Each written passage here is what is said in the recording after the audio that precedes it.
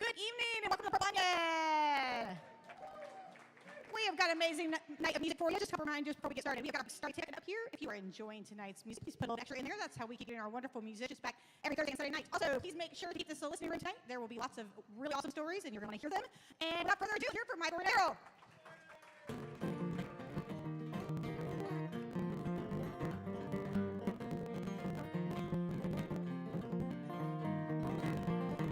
Sitting in the drive-thru lane in Wendy's listening to the radio. It's 32 degrees and they're calling for this rain to turn to snow. I got one little Whopper blade, a cup of coffee and 100 miles to go before I feel your loving arms or taste your sweet lips kissing me hello. Well, I've been home now, but the van ran out of gas on 26. The gauge is broken, yeah I know you told me I ought to get it fixed. Got the Appalachian Mountain jet crossing what they call a tree mix. So say a prayer for me in this old van. The tires are getting pretty slick. Say a prayer for this old building out here on the road tonight. Say a prayer for all the children who have no one to hold them tight. Don't forget about the soldiers and the loved ones who've gone on. And then say a prayer for peace and that we all make it safely home.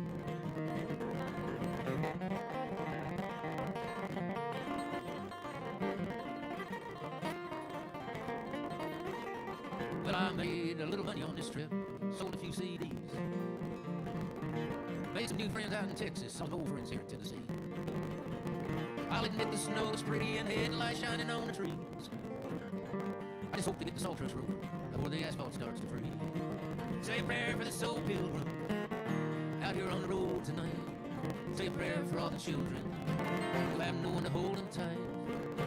Don't forget about the soldiers and the loved ones who've gone on. And then say a prayer for peace, and then we all make it safely home. I'll say a prayer for peace, and we all make it safely home.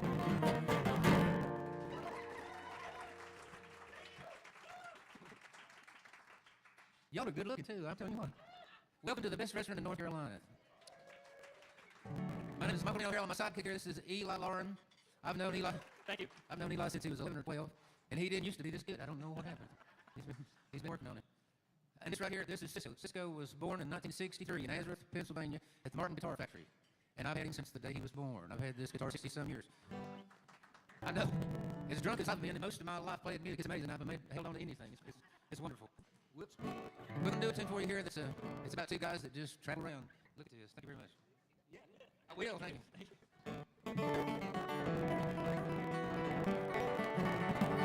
We were going to go to Mexico, but never made it there.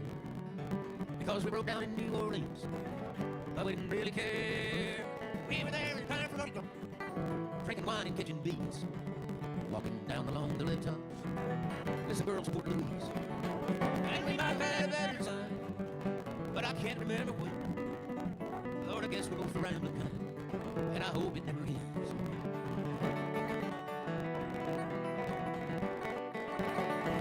Every week it was a different job, every month another town. Friday nights on the roaring streets, Sunday mornings coming down. Honky tonks and roadhouse country bands, girls and bottles of Jim Beam, the floorboards full of Lone Star cans and payday dollars in jeans. And we might have had a better time, but I can't remember when. Lord, I guess we're both rambling kind, and I hope it never ends.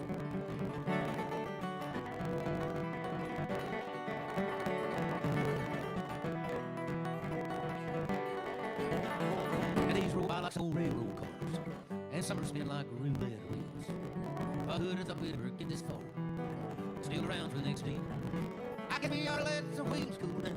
We might stand to sit a while, but there's still another 1,000 towns, and still another 1,000,000 miles. And we might have a better time somewhere around the bend. But I guess we're both around kind, and I hope it never ends. Yeah, we might have a better time somewhere around the bend. Lord, I guess we're both around kind, and I hope it never ends.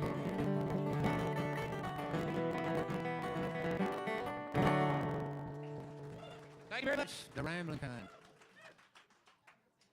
We were kind of, my wife Joan, that's my wife Joan back there.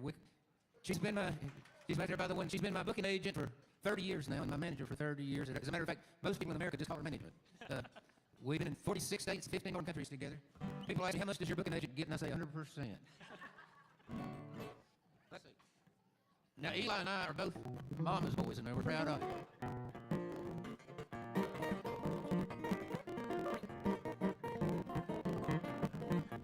Mama had a clothespin between her teeth, reached for the corner of a twin bed sheet, a whole week's laundry on the line with her that don't pay child. It was the Avon lady, Leanne Brewer, bringing Mama's Avon order to her. Had lipstick and a little perfume, then coffee in a living room. It made Mama's day, little things like that. All it took was a Tupperware bowl on a Rubbermaid policeman. She'd drive to the Woolworth 5 times, just to ride the escalator, and kept a half a gallon of peach ice cream in our old Kelvinator.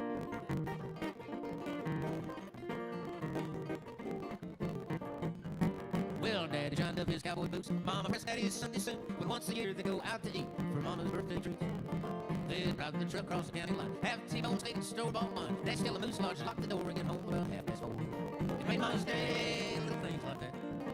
All it took was a new hairdo and a cute little pillbox hat. She'd drive to the Woolworth 5 times, just to ride the escalator, and kept a half a gallon of peach ice cream in our old Kelvinator.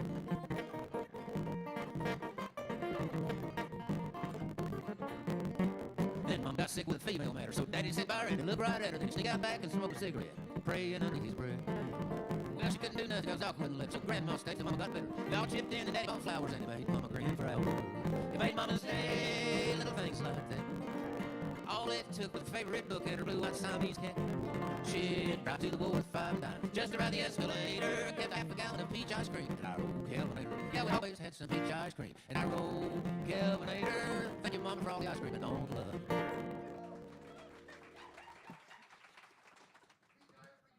Peach ice cream. Some of you may remember about a year ago, it rained real hard and the wind blew real hard. Yeah. Lord, for those of us who lived through it, they'll never forget it. We were at a storytelling festival in Athens, Alabama, me and Josh Goforth, and it was the week after Lane had come through. And everybody asked us, how are things in Asheville? Because that's what they knew about was Asheville. That's what they'd seen on TV. And I say things in Asheville ain't worth a damn, but they're not worth a damn in Burnsville or Beaverville or any of the other villes up here, you know? Now, my wife and I live right down at the bottom of the mountain in Morganton, right on I-40. And if I get in my van and I drive as hard as I can go for 2 hours and 20 minutes on I-40, and before the washout, it's 2 hours and 20 minutes to my brother's house. We both got trees down and storm damage and power out for days and days and days. That's how big it was. Well, Josh and I were doing a set together at a storytelling festival in Athens, Alabama. And people would come up to us, and like I say, they'd say, how are things in Asheville? Well, Josh is from Madison County. I'm from Buncombe County, originally. And we'd say, well, things aren't good. And people would say, we want to help, but we don't know what to do. Where should we send our money? We don't know where the best place to send it is. If we gave you some money, would you see that it went to a good place? Folks, there were about 250 people at that little festival, and we came home with close to $5,000 that people just gave us to bring back. There are good people everywhere, folks, I'm telling you. Next weekend, we were at a festival somewhere else, and we brought home almost that much money again. And we gave it to an orphanage that had lost half their buildings and all their vehicles. Folks, there are good people everywhere, and sometimes they don't get what they deserve. I wrote this song years ago after some of you may remember a hurricane called Hurricane Ivan that came up from the Gulf of Mexico, and it did a lot of damage in little places like Clyde and Frog Level over in Waynesville. But I dedicate this song to all of us that lived through Helene.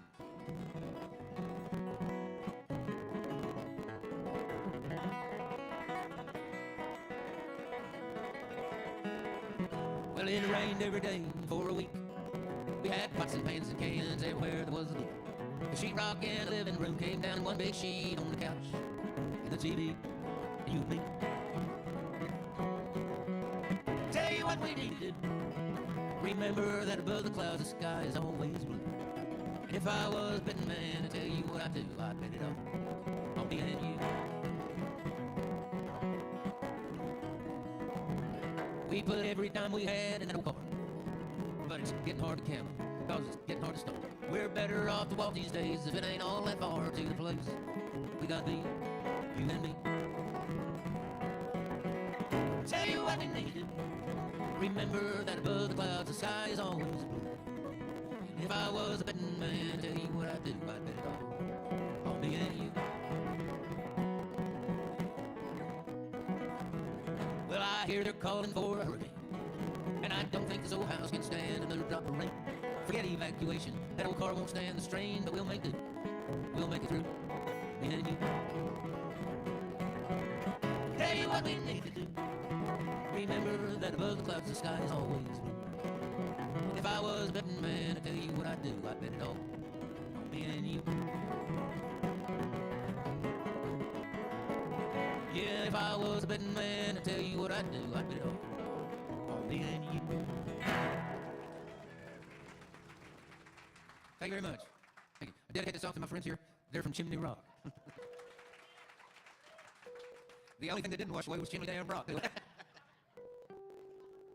that's right, you got hit by a lot of rocks. I have a friend, Jonah and I have a good friend. She and her family are from Deep Gap, North Carolina. You know where Deep Gap is, anybody? 7 miles outside Boone, going toward Wilkesboro on 441. Is a little community called Deep Gap. It's where Doc Watson was from, if you know who that was. Y'all are old people, you know Doc Watson. I'm preaching to the choir here. Oh, what are we going to throw? Yeah. Our friend's name is Susie Winter, which turns out to be a very apropos name. Because I want to tell you a story about Susie and her family. She was a single mother in 1993. And it was early spring 1993. She was living in a house. Now, some of you may know, if you're living on Old 441, there's a place where the Blue Ridge Parkway and Old 441 run right together. They're not as wide apart as that tabletop right there. And just across the Blue Ridge Parkway, there's an overlook. And if you go out in the overlook, you can see France. It's one of the greatest overlooks on the Blue Ridge Parkway. Now, she and her 2 daughters, one was 10 and one was 8. And they lived in a house that was built in 1771. It was insulated, never. It had pine floors with knots in them, and where the knots had fallen out, they had been patched with soup lid cans. Perfect patch for a pine wood floor, right? 3 little nails in a soup lid can. They had one stove that was what they cooked on in the living room. In the kitchen. She taught art at East End at Appalachian State University in Boone. They were getting by. They'd bought this old house, and it was down the hill, and right up there, driveway was 441. Well, it started snowing one night, and the radio said, "Look out, there could be a lot of snow." It later became known as the Blizzard of 93 or the Great Storm of 93. If you don't remember, look it up on Wikipedia. It's amazing. Mount Mitchell got 60 inches of snow. Boone got almost 4 feet before it was over. Well, nobody knew that much snow was coming. Again, it was coming off the Gulf of Mexico, just like we had at Helene. Brought all that moisture, and as it rose up into that cold mountain air, it started to precipitate. Well, they knew it was going to get some snow, so she and her kids sat in there, and they had plenty of firewood laid in, and had groceries. They bought groceries. So they were in pretty good shape. And they sat there, and they watched it snow, and watched the traffic up on 441. And it got slower and slower and fewer and fewer until there was nobody. It was dark. And they were sitting there, and they heard, and they looked out the window, and there was a car trying to push almost 3 feet of snow, stopped dead in 441 up above her house. So she told her 2 daughters, she said, "I've got to get those people. They'll never make it." So she put on all clothes she had, and she waded in snow at that time about 28 inches deep up her driveway and rescued 4 men that were in that car. There were 4 highway patrolmen, North Carolina highway patrolmen, that were trying to get home from a meeting they'd had down in Raleigh. Well, they came down to the house, and she got more wood and stove and put more water in the soup, as they say, and fed those 4 men. And then they heard, and 2 of those highway patrolmen said, "We got this one." And they went up, and they rescued a mother and 3 children. Before it was over, they had 11 people in their house, and they stayed 4 days. They stayed 4 days. And 2 years ago, they just celebrated, I think it was their 10-year anniversary. They all came back to Susie's house to thank Susie. So here's that. This is my winter song.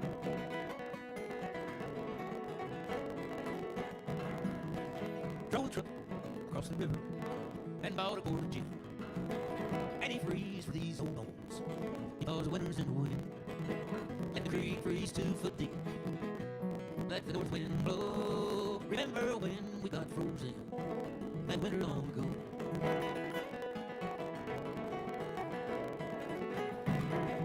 I got a big load of split red oak and stacked it by the hole. Rubbed the mattress near the fire and I laid it on the floor. Let the creek freeze 2 foot deep. Let the north wind blow. Remember when we got frozen that winter long ago.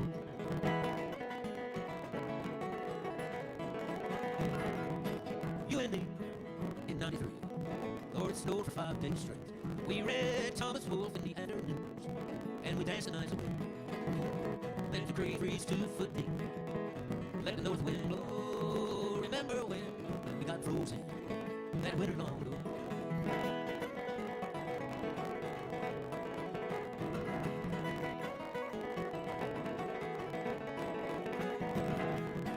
When the fire burns down the coals and the bottle is half on, I'll wrap your old quilts around me tight and dance one dance alone. Let the creek freeze 2 foot deep. Let the north wind blow. Remember when we got frozen that winter long ago. Remember when we got frozen that better long ago.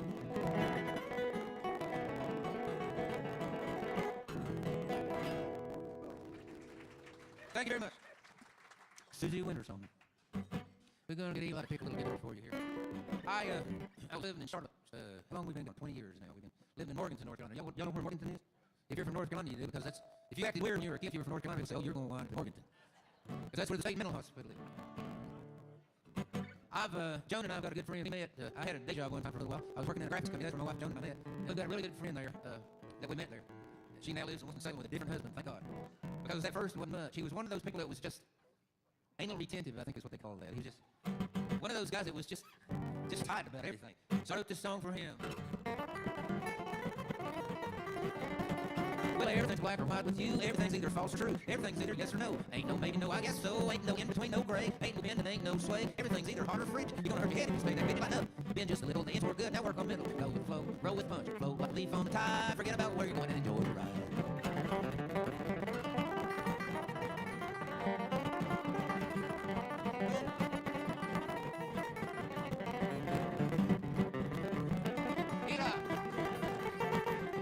Roses out there needing smelling, there's a thank you blower, needing yelling, just all off, you get a little crazy, it won't hurt nothing, just be a little lazy, I'm a firm believer, and get done, ain't no laws, it can't be fun, lots going on right now, my friend, and you keep acting like you're waiting for the end, lighten up, being just a little, the ends work good, now work on the middle, go with the flow, roll with punch, flow like leaf on the tide, forget about where you're going, it don't matter where you're going, hell, you probably won't make it anyway, enjoy the ride.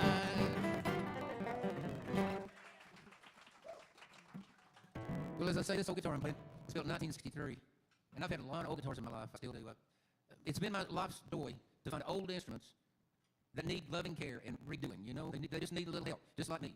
They need a little help, you know.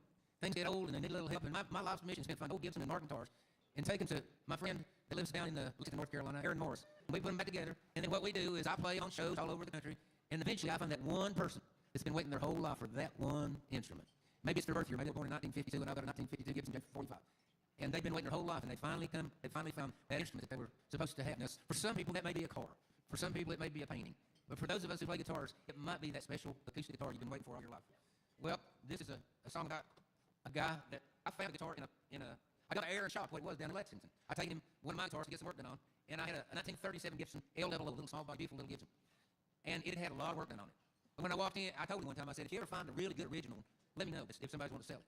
Well, I walked into his shop, and he looked at me and he said, I think I found your guitar.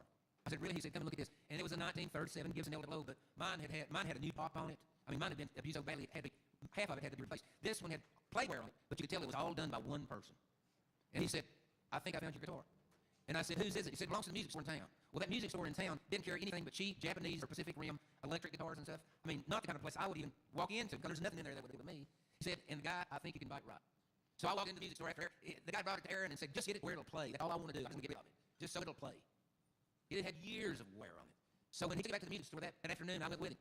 And I asked the man at the music store, I said, what do you want for this guitar? And he made me a really good deal, and I worked him down a couple $100, and we made a deal, and I paid him for it. And I said, do you know anything about it? Because I always like to know, is there a story that goes with it? And he said, an older lady about your age came in, and I was with a customer, and she didn't even have a case. She laid it down on the counter, and when I saw her, he said, I knew what you wanted. She wanted me to find somebody to fix up this guitar so it could be played, because it was obvious it was in bad shape.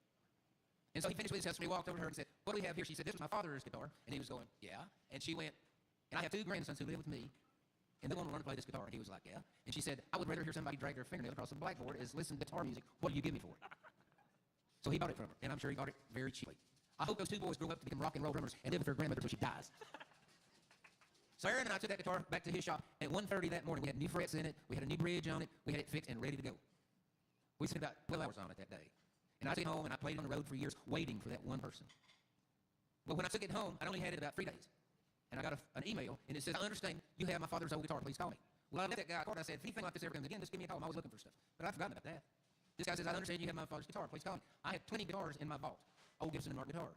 I said, well, sir, I have a lot of old guitars. Can you describe it? He said, I don't even know what kind of guitar it was. He said, I just know that you bought it from a guitar store in Lexington, North Carolina 3 days ago.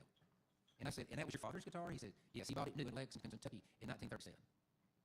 I said, if you can give me any part of what I've got in it and give me your shipping address, it'll come home to you. He said, I looked at your card, and I looked at what you had on YouTube, and I looked at your website, and I looked at all the places you play and how you feel about old guitars. He said, if you'll just write a song about my daddy, he said, I would love for you to keep the guitar. So I kept the guitar, and I played it for years. And I finally found that one person that had been waiting for it. Now, this boy, how he got hold of me and how the guitar came where it was, he had a twin sister, and he grew up in a little town in Kentucky. His daddy bought that guitar before he was born, before World War II, and then he went off to World War II. And he was a big fan of the Grand Ole Opry. And he sang Roy Acuff songs, The Great Speckled Bird, and all those songs. But then in 1950, he heard on the Grand Ole Opry a fellow from Alabama by the name of Hank Williams. And he said, forget it, that's what I should be doing. And he became Hank Williams' clone. And he started playing in saloons all up and down the mountains of eastern Kentucky, playing Hank Williams songs. Well, that guitar went with him everywhere he went, of course. Now, he had a day job. He was a Ford mechanic at a local Ford dealer. But Friday, when he got off work, he and that guitar were gone, and he was out on the music circuit for the weekend, and he came in Sunday night. His wife and kids home all weekend by themselves, weekend after weekend. And him out playing bars, playing Hank Williams songs. Well, he came in one Sunday night, and his wife met him at the door, and she said, one of us is leaving tomorrow, either me or that guitar. The next morning, he got her and her daughter, his daughter, a ticket on a Greyhound bus back to her mother's house in Lexington, North Carolina. But the boy couldn't stand to leave his father, and she couldn't stand to take him away from his father. So she left the boy with his dad. She took the girl, and they never communicated again. So every Friday when the boy got out of school, he was off to the saloons with his dad. And all the bartenders knew it. And he would sit at the end of the bar, and his dad would be up there singing Hank Williams songs. And the bartenders would treat that way 3 Musketeers for supper. That was their supper every Friday, Saturday night. It was 3 Musketeers and RC Colas. Well, this went on until the boy graduated high school, and he joined the United States Army. And he went off, and he became a professional soldier. But every year he would take his 30 days leave, and he would come back home and spend those 30 days with his dad. And he would go on the road with his dad. His dad was retired by then, and he was playing 7 nights a week at bars. And him and his dad would travel for 30 days, and he would go back and wherever he was stationed next. And then one day, he came in on his 30 days leave, and his dad wasn't quite the same guy. His dad couldn't remember things very well. But he could still play that guitar, and he could still sing songs. And next year when he came back, he was forgetting the words to his songs he'd been singing all his life.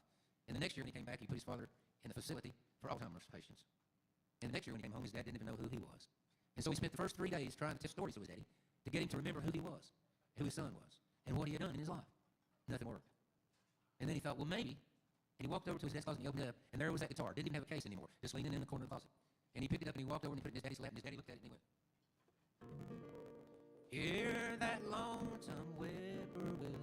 And he sang, I'm so lonesome I could crawl all the way through. And then when he finished, he looked up at his son and said, well, Jim, when did you get here? And it lasted for about 5 or 10 minutes, and then he was gone again. So the next day when he came back, he put that guitar in his daddy's lap, and he played a Hank Williams song, and he knew his son for 5 or 10 minutes again. And it lasted for those 30 days. And then his son had to go to one of those places in the Middle East where they have green zones. It took him 3 days to get to where he was going. And when he got off the airplane, they met him at base operations, and they gave him an envelope, and they said, I hate to tell you this, but Sergeant, your father has passed away while you were on your way here. We got orders for you to go home and take care of that, his remains, and take care of his, final resting place. So he went back home, and of course he got his dad's ashes, and he asked the people at the nursing home, where's my dad's guitar? And my dad's stuff. And they said, well, we only had one address. It was an address in Lexington, North Carolina. So we packed everything up and sent it to some lady there. And of course it was his sister. And when she opened the package, she saw the guitar, she remembered. That was the thing that kept her and her father apart. And she hated it. And she took it to the local music store and said, what will you give me for this? I would rather hear somebody drag their fingers across a blackboard as listen to guitar music. And I told the man, I said, listen, let me send you this guitar. He said, if you'll just write a song about my dad, I'll be tickled to death for you to keep the guitar.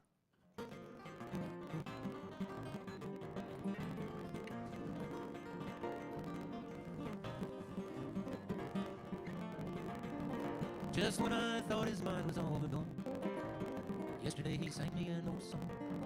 And then he looked at me and said, don't I know you? And I smiled and said, yeah, Dad, tell me do. Well, I wish I'd known him how he was before. The wire on the windows and the locks on the door. Back when he used to sing on the radio.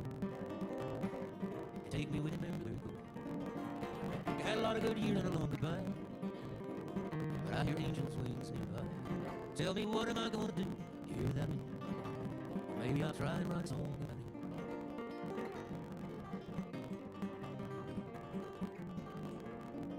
Well, there are lots of folks who tell me all the time he could out-sing Hank back in his prime. So somebody could cry when he'd sing that tune. He could bring a tear to the eye of a man that knew. We had a lot of good years and a long goodbye. But I hear angels' wings nearby. Tell me, what am I gonna do here without him? Maybe I'll try and write a song about him.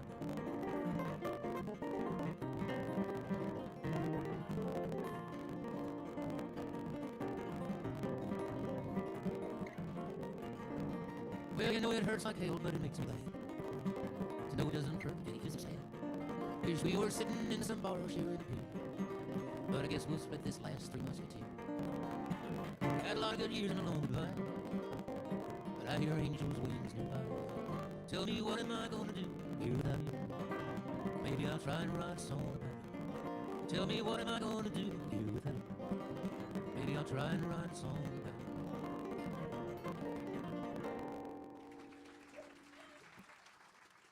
Thank you very much. Let's do it. I'd like to dedicate this song to everybody that's anywhere near my age.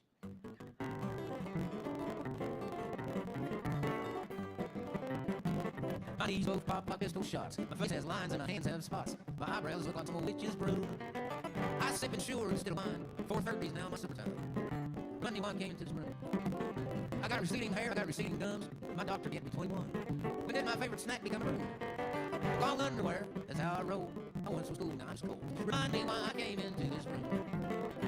Getting old's not for the faint of heart. My resume may soon include reader at Walmart. Well, I may not have a hip tattoo, but my hip replacement scar is cool. Remind me why I came to this room.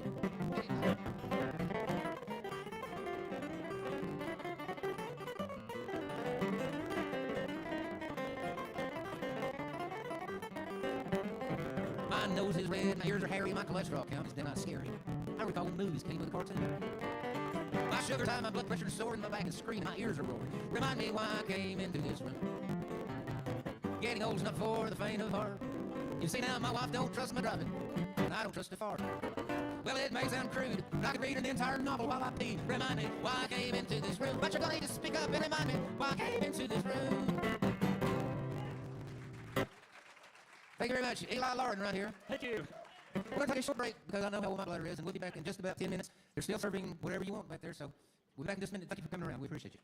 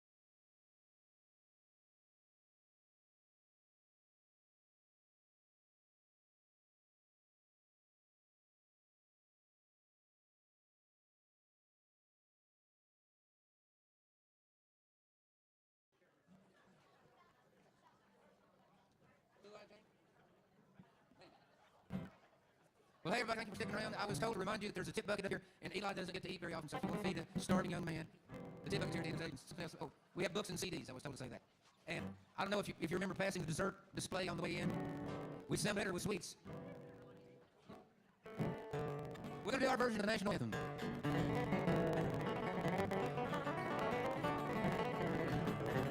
It's a beans, onion, and cornbread, and tea with lemon, conversation with southern women, and sunset beach at dawn. Dirt road dust between your toes, okra grows and long green rows, and 50-foot goes the garden hose, stretched out across the lawn. Flowers bloom in coffee cans, wipe your feet and wash your hands, hide and seek and kick the can. Cheer wine and sun drop, Appalachian mist, Atlantic spray, Harley-Davidson, Chevrolet, red, white, and blue with touch of gray. And small towns up on blocks.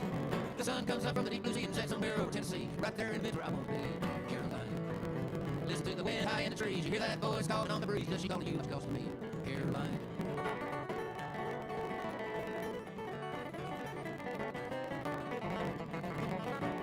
Piano in the living room, Bible school the first week of June, Union Grove and fiddle tunes, Rock of Ages and Chimney Rock. Black dirt, red dirt, rocky sandy, Barney, Opie, Andy, moonshine, and homemade candy. Earl and Merle and Doc. The sun comes up from the deep blue sea and sets somewhere over Tennessee, right there in the middle where I want to be, Carolina. Listen to the wind high in the trees, you hear that voice calling on the breeze, does she call to you like she calls to me, Carolina.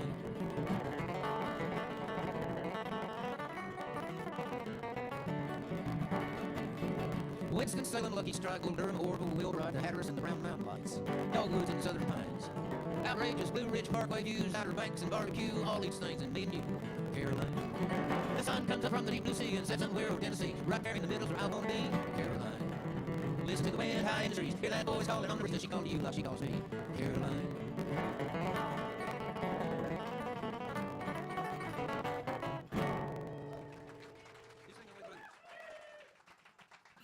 We're gonna get a sidekick to do you too. Tell me about it, son. Well, Mike and I have been hanging out for about 2 years now. This time. This time.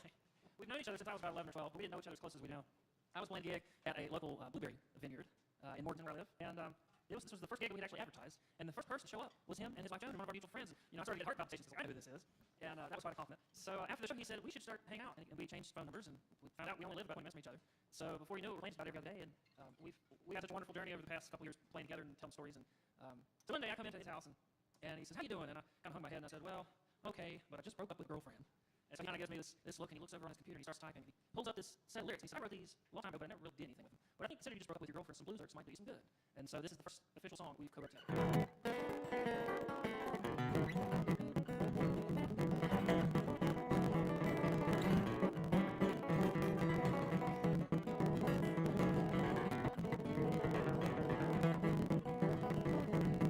Crying in your ear, crying in your bed, crying night and day, oh, what your love said. Your time won't change nothing, it's a fight you're gonna lose. Ain't but one way to get through it, you gotta sing with blues. You can get it when it rains, you get it when it's dry. Either way, those blues are gonna make you fuss and cry. They're harder to get rid of than a bad jailhouse tattoo. Ain't but one way to get through it, you gotta sing with blues.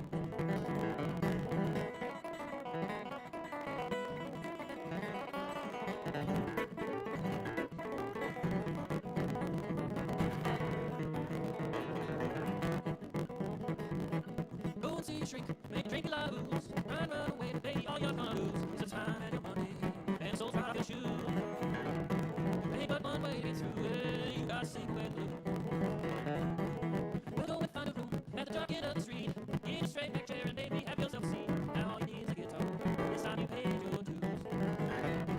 Ain't but one way to get through it, you gotta sing with blue. There ain't but one way to get through it, you gotta sing with blues.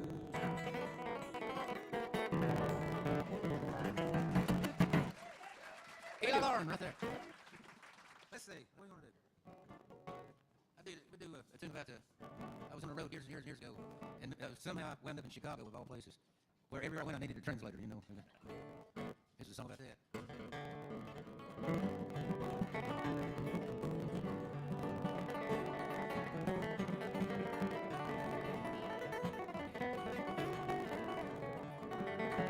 I met her in a tavern in Chicago, bought some beer and asked her to sit down. And she said, "Normally, I don't talk to strangers, but sometimes I just get lonesome for the sound of a southern accent when I'm feeling down." She said, "You sound like Western Carolina." I smiled and told her Eastern Tennessee. She said 5 years ago, I left Atlanta, and I said tomorrow night that's where I'll be. She said, any place down south's all right with me. It's been too long since I've been to Charleston Harbor, and I got some friends in Charlotte I sure would like to see. I said, why don't we leave first thing tomorrow? And she said, anytime tonight's all right with me.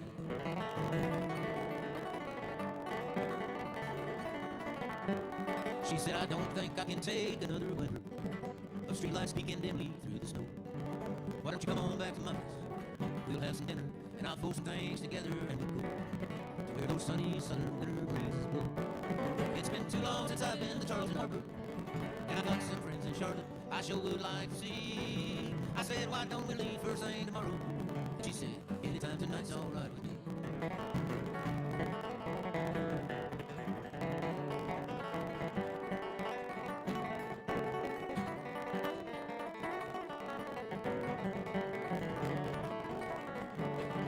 It's been too long since I've been to Charleston Harbor, and I got some friends in Charlotte I sure would like to see. I said, why don't we leave first thing tomorrow? She said, anytime tonight's all right with me. Just don't wake me till we get to Tennessee.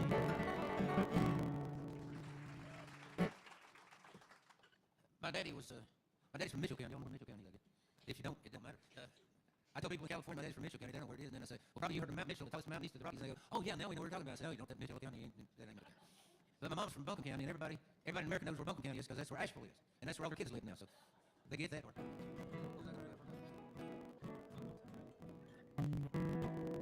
I know. My dad's dad left the mountains in 1925. My dad was 5 years old. He was at the store at Building, and there was a man passing out pamphlets that said, if you would come to Spartanburg, South Carolina, and go to work in a cotton mill, that they would rent you a house for $2 a month that had light bulbs in it. I asked my granddad once, I said, you moved to Spartanburg because they rented your house that had light bulbs in it? He said, son, at that time, I just seen a picture of a light bulb. I didn't even know. Anyway, so they moved to Spartanburg. My dad grew up there, and when he got 18, graduated from high school, he told his dad, he said, I'm not working in a cotton mill.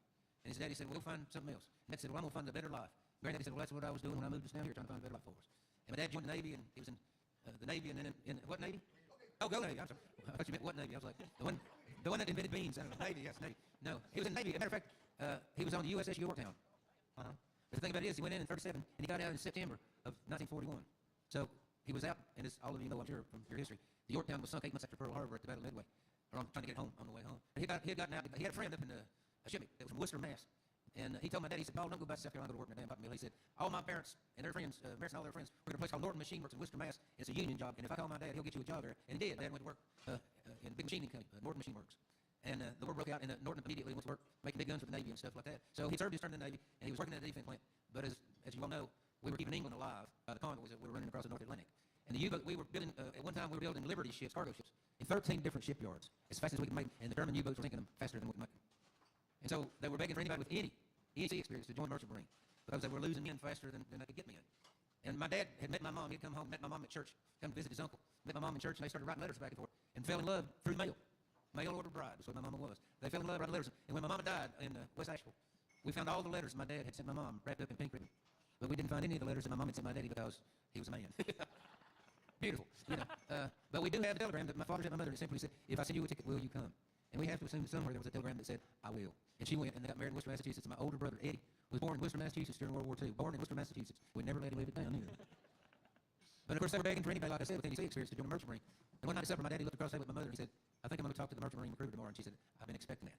And he did. And he walked in and talked to the recruiter. He said, what have you done? He said, well, I was in Yorktown for 3 years. He said, what did you do? He said, I worked in the engine room on the steam turbines. He said, that's what rotary shift and all of. He said, if you would join the Merchant Marine, we'll send you to OCS and be an officer. And my dad wound up being a lieutenant commander before the war was over. We ran convoys across the North Atlantic from the beginning of the war till we beat the Germans. Now, his brother was 2 years younger than him. When he graduated high school, he told his daddy, he said, I'm not working in a cotton mill. And what my uncle meant by that was, I'm not working. And he never did. He became a musician. And he had his own radio show on WSBA radio in Spartanburg, South Carolina. Monday through Friday from 12:15, right, 15 minutes afternoon until 12:30. 15 minutes a day, Monday through Friday. You could buy airtime back then in 15-minute increments. Now, from noon to 1 o'clock was what we would call drive time. Now, the hottest time for anybody to listen to radio. Because all the people that worked in the cotton mills got off work at that from 12 to 12:30. And they'd eat their lunch at 12 o'clock, and then sit in somebody's car and smoke cigarettes and listen to the radio, and then listen to WSBA, and hear my uncle's radio show. And he would sing 2 or 3 songs and try to sell them a songbook, send me a dime, you know, and then tell them what honky tonk is going to be playing in that Friday, Saturday night. Well, now, 2 blocks away was the City Coliseum there from the radio station, and they had 2 big shows, Friday and Saturday night. Now, Friday night, they had country music acts from all over America, big name country music acts were there. But the big night of the week was Saturday, and that was wrestling, of course. So on Friday, a lot of those Sunday after we're coming through to play at the Coliseum on Friday night, we'd stop. I've done it to hundreds of radio stations around the country. Stop at the local radio station that plays the kind of music you play. In my case, it's WNCW stations like that, college radio, public radio stations, and do what we call it on air, and just talk a little bit and say, we're playing at such and such, please y'all come out and see us and play a song. Well, that happened a lot to Uncle Bruce on Fridays. One Friday he came in, there was two boys sitting there talking to the station manager, a big tall one and a little short one. The big tall one had a mainline case with him, and the short one had a guitar case with him. And the station manager called Bruce over, my uncle, and said, Bruce, he said, these two boys are doing a show at the Civic Center tonight, and they call themselves the Louvin Brothers. This is Charlie and this is Ira. And they were wondering if they could do a spot on the show today. And Bruce said, sure. Well, it was great for Bruce because everybody would listen on Friday to see Bruce as a guest on his show who was going to be playing that Friday night. And then he'd tell them where he was going to be playing Friday and Saturday night. So he had a big audience on Friday. It was great for him. So he had on, and of course, they did one of the gospel numbers that they had written because gospel went over big. And at the end of the show, he said, man, you guys are great. Where'd you get that song? And Charlie said, well, we wrote it. He said, you wrote that song? And Charlie said, yeah, we write all the songs we sing. He said, my God, where are you boys headed after this? And they said, we're going to Knoxville, Tennessee. We've been signed on to a radio show called the Midday Merry-Go-Round. Now, the Midday Merry-Go-Round was right down on Gate Street, the main street in Knoxville, and it was Monday through Friday from 12 o'clock to 1 o'clock. And what they had, the whole cast, they had the three female singers, you know, sisters that sang together. They had the comedian, they had the old-time band, they had the country band, they had the country singer. It was a package show. Much like on WWVA in Wheeling, West Virginia, the Wheeling Jamboree, or like down in Scottsdale, Louisiana, the Louisiana Hayride was one. They had one on WLS in Chicago, the Chicago Barn Dance. They were all over the country, these package shows on the radio. But the granddaddy of them all was the Grand Ole Opry in Nashville, Tennessee. Now, all these shows were sort of like the farm leagues for baseball.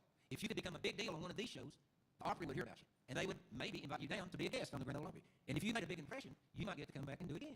And after about the third time, if people were sending in their cards and letters saying, oh, those Louvin Brothers, we like them, guess what? You might get to become a member of the Grand Ole Opry. And if you could say member of the Grand Ole Opry after your name, you were guaranteed to be successful.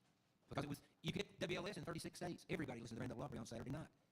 So Bruce said, oh, man, you get down there on the Midday Merry-Go-Round, you won't be there 6 weeks, and you'll be going to the Grand Ole Opry. And Charlie said, my uncle, he said, well, we're pretty excited about going down there, but we're worried too. And Bruce said, why are you worried? As good as you guys are, I guarantee you, you'll be big. And you write your own songs too? Oh, you can't help but be successful. And Ira said, well, what he's talking about is, when the man signed us up to be on the radio show down there in Knoxville, we had an upright bass player with us. And when we told him we were moving to Knoxville, Tennessee to be on a radio show, he had just got married. He said, well, I'm not moving to Knoxville, Tennessee. So we're going down there without the third member of our group.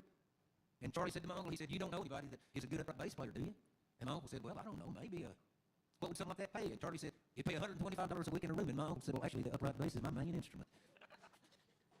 And Charlie said, really? And he said, oh, yeah. He said, I just play the guitar because I work alone, you know. And Charlie said, well, I tell you what, would you be interested in the job? And he said, well, you know, I think I might. He said, well, if you're at the hotel when we leave in the morning from Knoxville, you've got the job.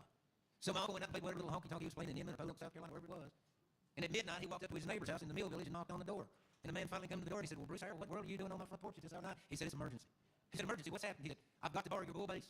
He said, what? He said, that's right. He said, I've got to have it. I've got something in the morning. Did you loan me your bull bass? He said, well, it's emergency. He said, oh, yeah, big deal. He said, well, will you bring it back as soon as you're through with it? And Bruce said, I promise you I'll bring it back just as soon as I'm through with it. And he brought it back 36 years later. Because they went to Knoxville, and sure enough, got to call the Opry, and the very first night they played, they got 3 encores, and that very night they signed on as members of the Grand Ole Opry. And suddenly my uncle was traveling 7 days a week with the Grand Ole Opry Act. Now, here's the deal about being a member of the Grand Ole Opry. It's not that way today, but it was back then. If you were a member of the Grand Ole Opry, you were a member of an organization. You signed a contract with the Grand Ole Opry. And what you had to do was be at the Grand Ole Opry 26 Saturday nights of the year. That's half the Saturday nights of the year. When you're a musician, your biggest night of the year is always Saturday night. But you had to be back at the Opry to pay for union scale. I asked my uncle once, I said, what did they pay you back then to play the Grand Ole Opry? He said, I think it was $4.11. But you had to have that behind your name, star of the Grand Ole Opry. And guess what? The man that booked you those 26 nights a year and told you which night you were going to be there, you also had to sign a personal contract with him because he had a booking agency and he was the one that booked you through the week. He got 15% of everything you made during the week. I asked my uncle once, I said, what was life traveling with a big-time country act back then? He said, son, I'd go 4 days without taking my shoes off. He said, sometimes we'd rent a motel room for an hour and take turns to take a bath. I said, man, I can't wait to get on the road. Well, he did that for all those years and he finally retired and set that fellow's basic back. And he had decided that he was going to spend his retirement years just taking it easy. And he decided the best way to relax is fishing. He had never fished in his life. But he decided that he was going to become a full-time fisherman, and where in the world was the best place to do that? The Tennessee River Valley. So he moved to Jefferson City, Tennessee, where within 50 miles there are 5 lakes the size of Lake Norman. And he became a full-time crappie fisherman. You know what a crappie is? Some people call them crappie. Little panfish about that big, the best eating in the world. And he would call me up early in the spring, and he'd say, Mikey, he always called me Mikey. He said, Mikey, you going to be here for opening day of crappie season, ain't you? And I said, well, you know I am. And I'd always go for the first week of crappie season and spend the week with him in that little John boat is. I'd get to his place about 3 o'clock in the afternoon. We'd eat supper at 4 o'clock and go to bed at 4:30 because we had to be up before the fish pulled up.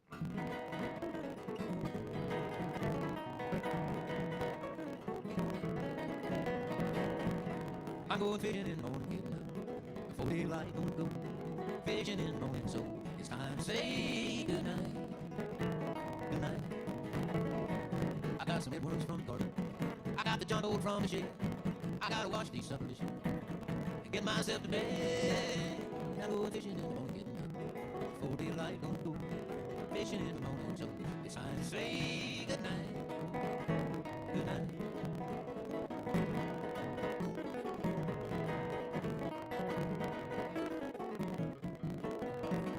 Can't fall asleep out on the water. Might get some crappie on line. So hold your mouth right and watch that bar. Pretty soon you'll smell them crappie frying. I got my skin breeze, I got my favorite fishing. I gotta get my board fixed before I get down to that old fishing hole. I'm going fishing in the morning.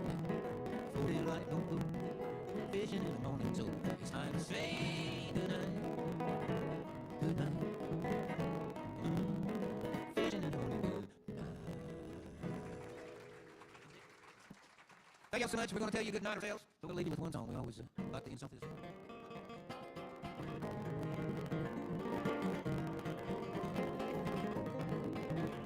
She walked into the Greyhound station in Syracuse, New York, laid $40 on the counter, and set her suitcase on the floor.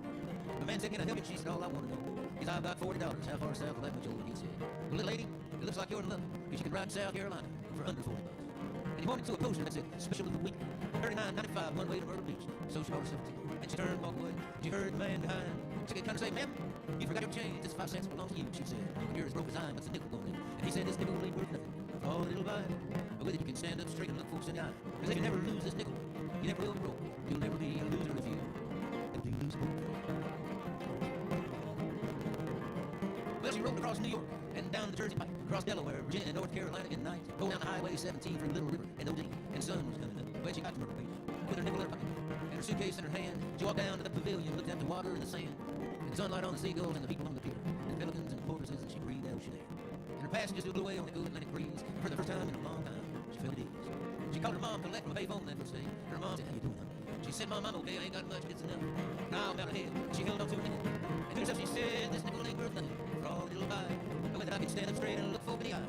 Because I'll never lose this nickel. I never will be broke. And I'll never be a loser if I lose hope." Well, she found a place at Surfside Beach that first year. Waited tables in Earl's Inlet and called bingo on the pier. Made a lot of friends. Somehow it went. Money came real hard, but it sure was easy to spend. About the first part of September, all her friends had gone on, but she didn't want to leave. She decided she'd stay on. She worked part-time through December at a family pantry store. They laid her off on Christmas Eve. They didn't need her anymore. So she drew her unemployment, $40 a week, while her rent was $100 a month. And still she had to eat, and sometimes it came right down to that nickel in there. She held it tight. She'd recite those words just like a prayer. This nickel ain't worth nothing for all the little bite. But with it I can stand up straight and look folks in the eye. Because if I never lose this nickel, I never will be broke. And I'll never be a loser if I lose hope.